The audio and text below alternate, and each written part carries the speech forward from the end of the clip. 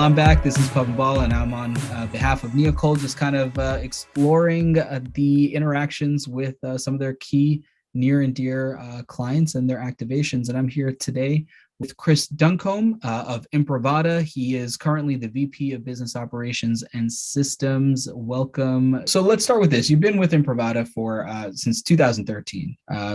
Through a renaissance of innovation that the world has experienced, right? Let's say that. Yeah. And I'm wondering about, I guess, your intent from leaving Salesforce to start working with Imprivata, kind of what that initial move was and where the company was. Paint me a little bit of a picture of that time. Yeah. I mean, I actually came in 2013. I actually came in as an individual contributor. I was a Salesforce developer, probably only had a few years experience.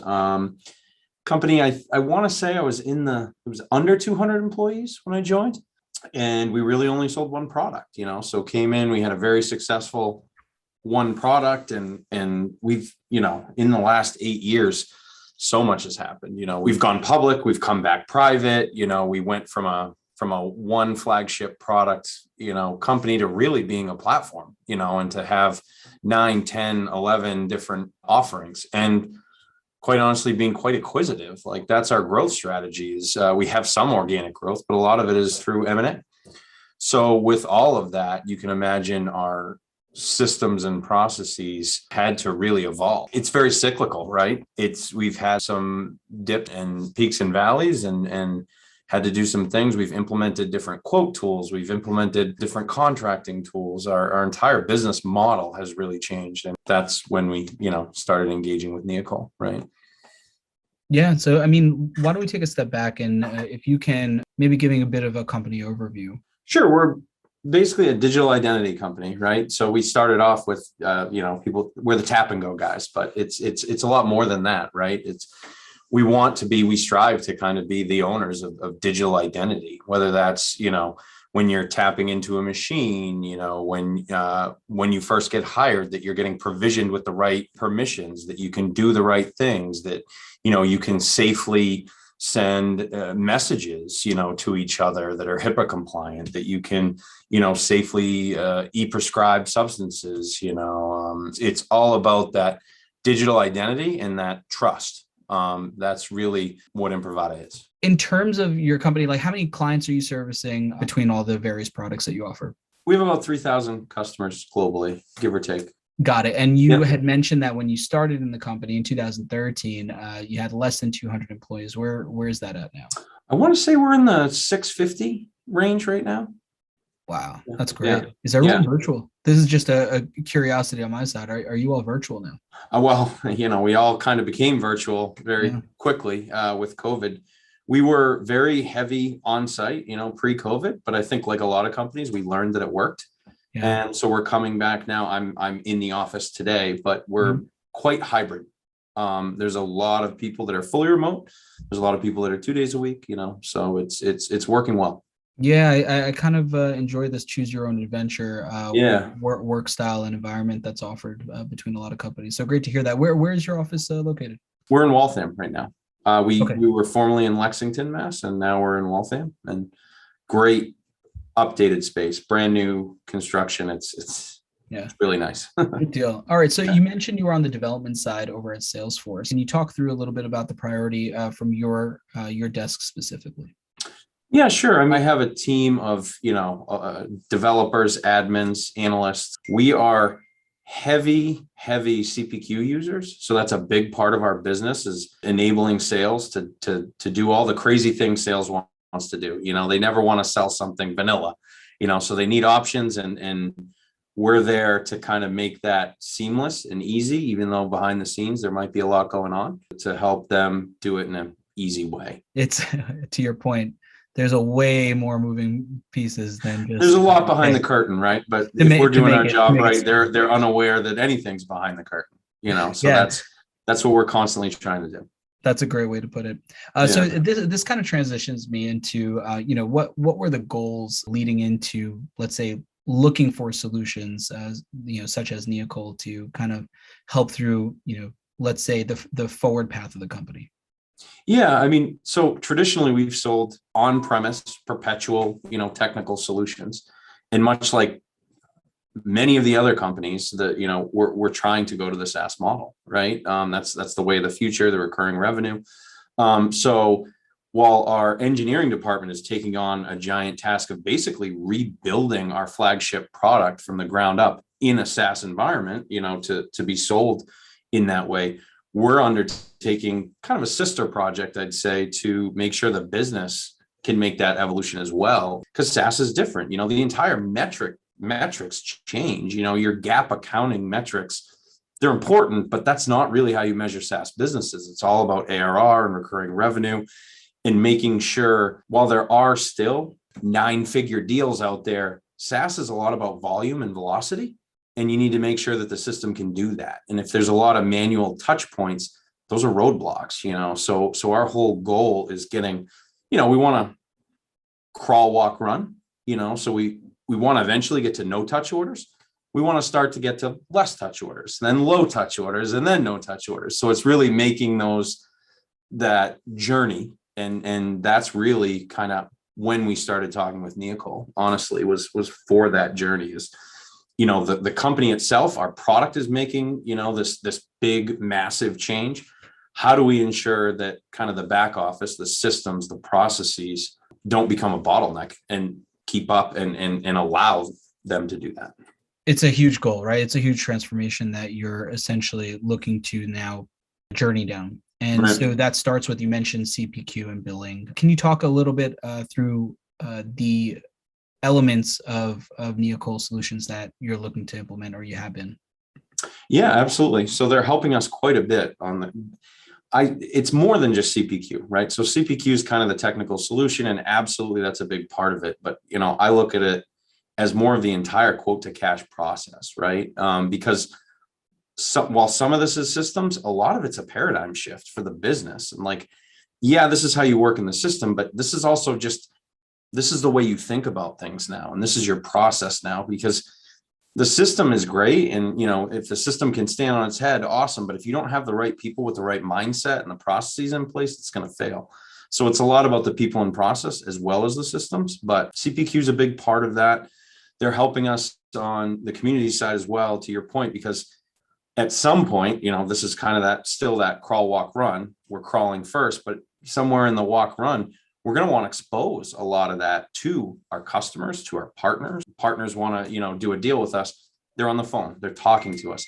Imagine if we can expose that to them where they can create their own quote, how much time that saves. We're getting completed orders directly from the partner, where our sales people are not having to just do administrative work to kind of re-push the paper that we're getting from the partners. So there's quite a journey. We're in the early stages of it, but it's pretty exciting. Yeah, an element of your relationship with Neocol that I found to be particularly unique and interesting is that there's a lot of elements of like the functional and technical guidance that they're providing in terms of, to your point, like how to create that roadmap, how to journey down that roadmap. So what I guess is the overarching, foundational question, I guess, going into this engagement with them that you're looking to answer? Is it how to become a world-class SaaS software? It's a little bit of that. Honestly, every company is unique, and we are unique in some ways, but we are not unique in what we're trying to do. Many companies have made this jump, right? So we're not looking to necessarily blaze a new trail, but we don't want to reinvent the wheel. We're leaning on somebody that's seen it, that's done it, and that has helped other companies take this journey. So for us, it's a lot of strategic consultative advice and understanding how other people have accomplished this, because no one wants to feel like they put in all this effort and reinvented the wheel. You want to know what the better companies are doing and what they've done. And we're not looking to be bleeding edge. We're looking to just kind of follow best practice and do what's been done. Where our uniqueness comes in is, in our intellectual property and our products are the best in the world, but this transition is not that unique, and we just want to do it the right way. Look, one misstep, right, can really lead to larger kind of pitfalls later on. So I'm interested in the uniqueness of the relationship is more about just the ambition of the project and the ambition of the goal. From what I understand, you're looking at, going from what was, let's say, a $300 million roughly company to go into maybe 1.5 billion in 3 years.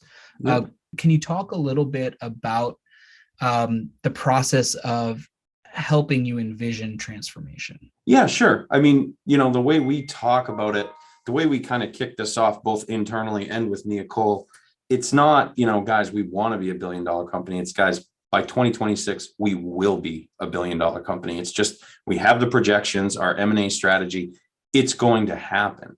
How do we not, make the back office a roadblock to that, a bottleneck to that? How do we ensure that we not only can keep up with it, but we're ahead of it? So that's when we get into, with Neocol, have you thought of this? Have you thought, where are your pain points, and highlighting a lot of those areas of manual intervention. Those are some of our biggest roadblocks to this is how can we make our systems, automate this stuff that people are doing today?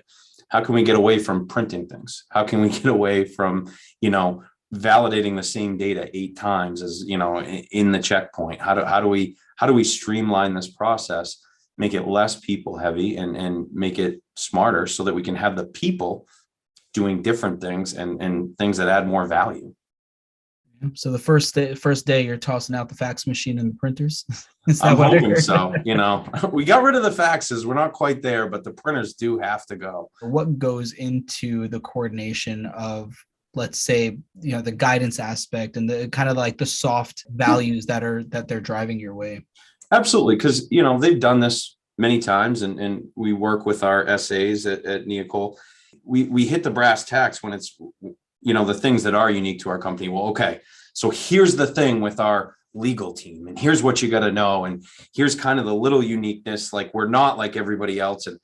And really partnering with them, like how do we overcome this challenge and how do we overcome this personality type? We've seen them before at every company, and it's really leaning on them because while we have some great talent in-house, technical talent and people that know the business, we haven't done this 10 times, they have.